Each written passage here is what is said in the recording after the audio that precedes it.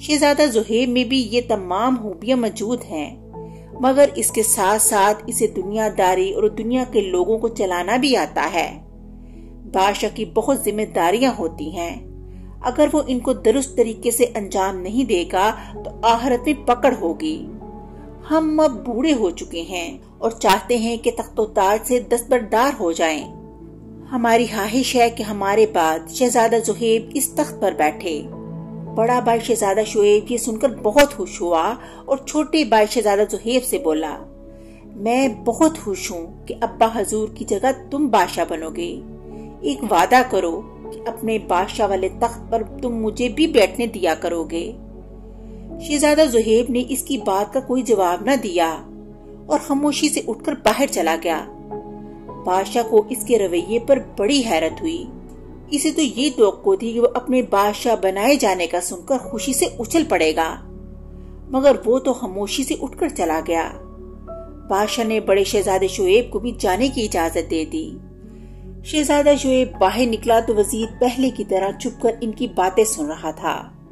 وہ جلدی سے اس کے قریب آیا اور بولا، شہزادے میرے ساتھ آؤ، میں نے چھپ کر بادشاہ سلامت کی ساری باتیں سن لی ہیں۔ چھپ کر سننے کی کیا ضرورت تھی، آپ اندر چلے آتے، شہزادہ شعیب نے بڑے بول پن سے کہا۔ اس کی بات سن کر وزیر کو سخت غصہ آیا، مگر وہ ضبط کر کے بولا، شہزادے صاحب میرے ساتھ آئیے، میں آپ کو بتاؤں گا کہ آپ کے ساتھ کیا کھیل کھیلا جا رہا ہے۔ وزیر کی باتیں سن کر شہزادی کی سمجھ میں نہ آئیں، مگر اس کے کہنے پر وہ اس کے ساتھ چل پڑا۔ وزیر شہزادے کو لے کر پائیں باغ میں آیا اور دونوں ایک درخت کے نیچے بیٹھ گئے۔ آپ کو پتا ہے بادشاہ سلامت اپنا تاج شہزادہ زہیب کے سر پر رکھنا چاہتے ہیں، وزیر نے بڑے پر اصرار لہجے میں کہا۔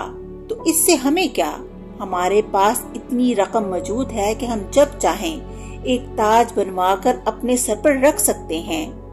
ہمیں جو جیب خرچ ملتا ہے ہم اسے ایک جگہ جمع کرتے جاتے ہیں، ہمارے پاس بہت ساری اشرفیاں جمع ہیں، شہزادہ شعیب نے لاپرواہی سے کہا۔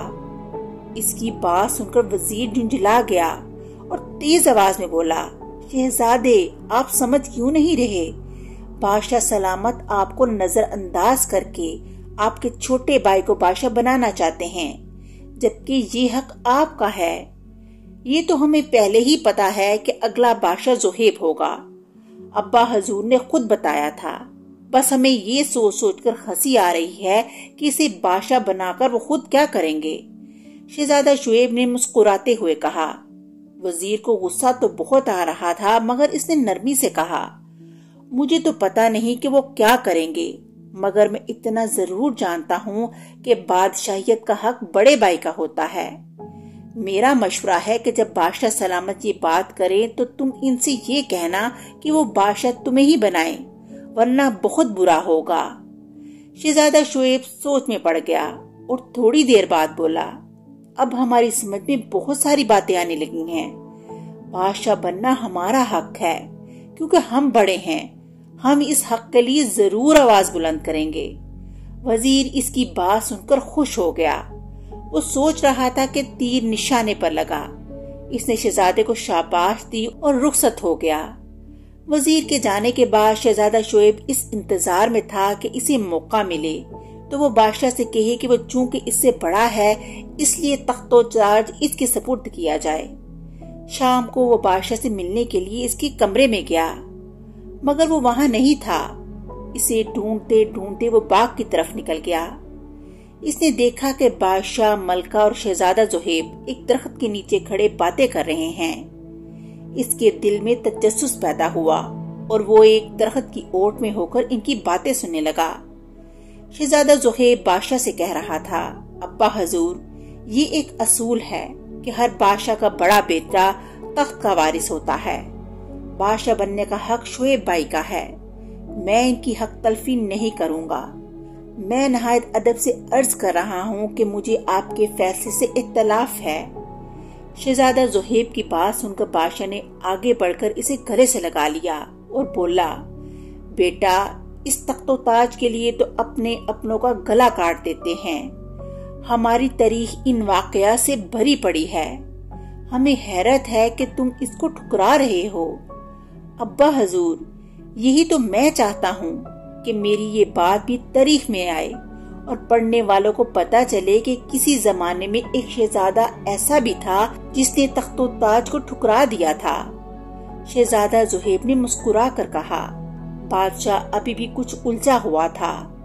وہ کچھ سوچتے ہوئے بولا، لیکن ہمارا شعیب ایک سیدھا سادہ نوجوان ہے۔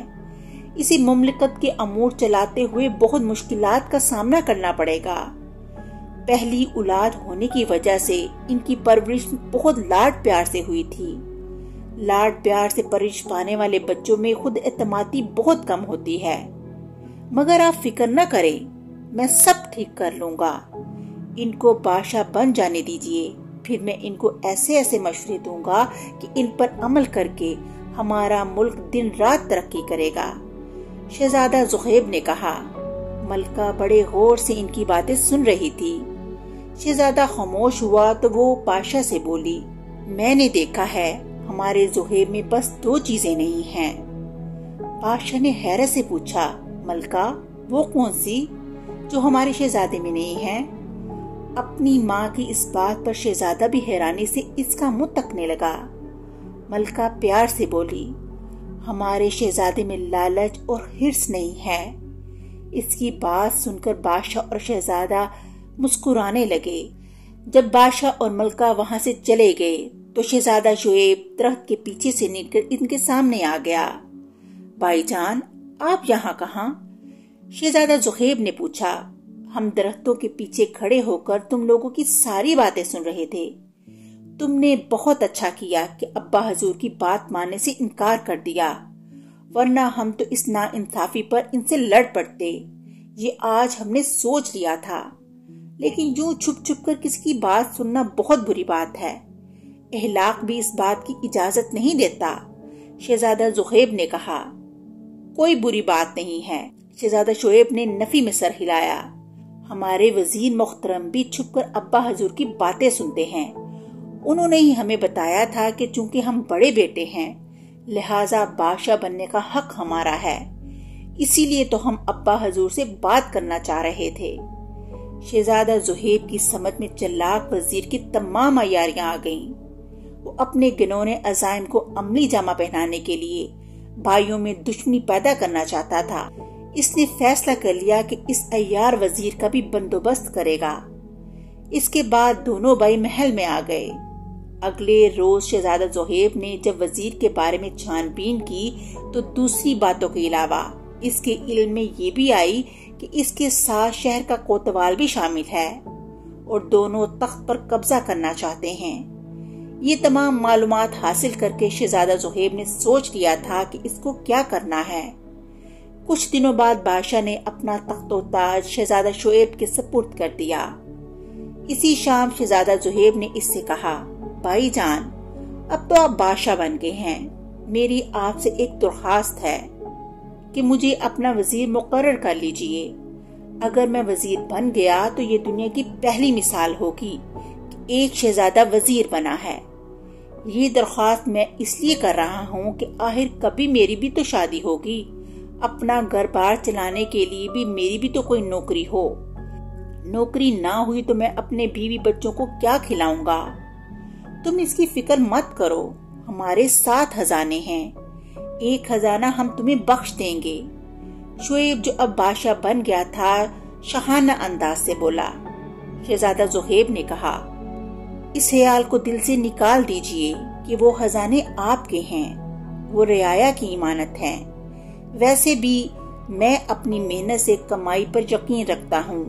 اگر وزیر بن گیا تو آپ کو بھی یہی مشورہ دوں گا کہ انعامات بانٹنے کا سلسلہ ختم کر دیں۔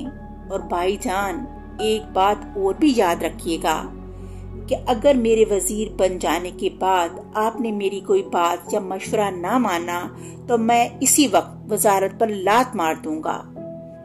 شہزادہ زہیب وزیر بن گیا۔ وزیر اور کوتوال یہ صورتحال دیکھ کر جل بن کر رہ گئے۔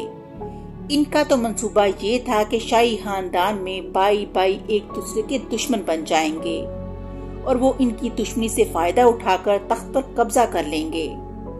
اگلے روز بادشاہ بن جانے کے بعد شعیب نے پہلی دفعہ دربار لگایا۔ راز شہزادہ زہیب نے اسے خوب سمجھا دیا تھا کہ دربار میں کیا کرنا ہے۔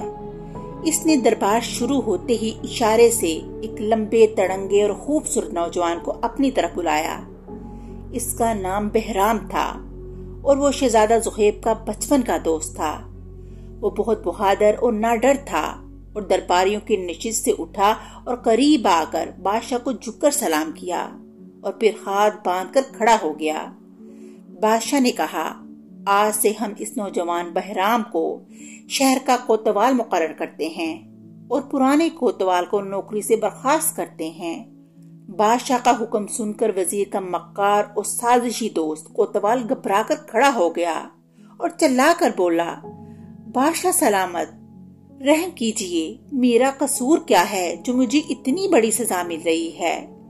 بادشاہ نے کہا، قصور بھی بتا دیں گے، مگر اس سے پہلے تمہاری گرفتاری ہوگی، پھر تمہارے جرم کا پردہ فاش ہوگا۔ کوتوال سمجھ گیا تھا کہ اس کی اور وزیر کی ساری سازش پکڑی گئی ہے۔ وہ ہاتھ جوڑ کر بولا، حضور، میں بے قصور ہوں، یہ وزیر ہی تھا جو مجھے بہکاتا تھا۔ وزیر نے جو یہ سنا تو طیش میں آ کر کھڑا ہو گیا۔ کیا بہکایا تھا میں نے تمہیں؟ جھوٹ بولتے ہو۔ کوتوال نے بھی تڑک کر جواب دیا، تمہیں نے تو کہا تھا کہ بادشاہ سلامت چھوٹے شہزادے کو تخت و تاج سونپ رہے ہیں، ہم بڑے شہزادے کو اپنے ساتھ ملا لیں گے اور اسے بہکائیں گے کہ تخت پر بیٹھنے کا حق اس کا ہے۔ اس طرح دونوں بھائیوں میں دشمنی ہو جائے گی اور دونوں ایک دوسرے کے خون کے پیاسے ہو جائیں گے۔ اس دشمنی سے فائدہ اٹھا کر ہم تخت پر قبضہ کر لیں گے، میں بادشاہ بن جاؤں گا اور تم وزیر۔ بہرام جو ابھی کچھ دیر پہلے ہی کوتوال بنا تھا، اس نے سپاہیوں کو حکم دیا کہ وزیر اور معزول کوتوال کو گرفتار کر لیا جائے اور جیل میں ڈال دیا جائے، ان پر بغاوت کا مقدمہ چلے گا۔ حکم کی تعمیل اسی وقت ہو گئی۔ سپاہی انہیں زنجیروں میں جکڑ کر اپنے ساتھ لے گئے۔ اس کے بعد بادشاہ شعیب نے دربار میں آئے ہوئے لوگوں کی فریادیں سنی اور انہیں وزیر کے مشوروں سے نپٹا دیا۔ تھوڑی دیر بعد دربار کا وقت ختم ہو گیا اور سب اٹھ کر چلے گئے۔ شہزادہ زہیب وزیر بن جانے کے بعد اپنے بھائی کو اچھے مشورے دینے لگا، جس کی وجہ سے چند روز بعد ہی ملک میں ایک خوشگوار تبدیلی نظر آنے لگی۔ بادشاہ اور ملکہ یہ دیکھ کر بہت خوش ہوتے تھے اور خدا کا شکر ادا کرتے تھے کہ شہزادہ زہیب کی عقل مندی کی وجہ سے سارے معاملات ٹھیک چلنے لگے ہیں اور سارے ہنسی خوشی رہنے لگے۔ اس طرح کہانی کا اختتام ہو گیا۔ اگلی کہانی کے ساتھ پھر ملیں گے، تب تک کے لیے اللہ حافظ۔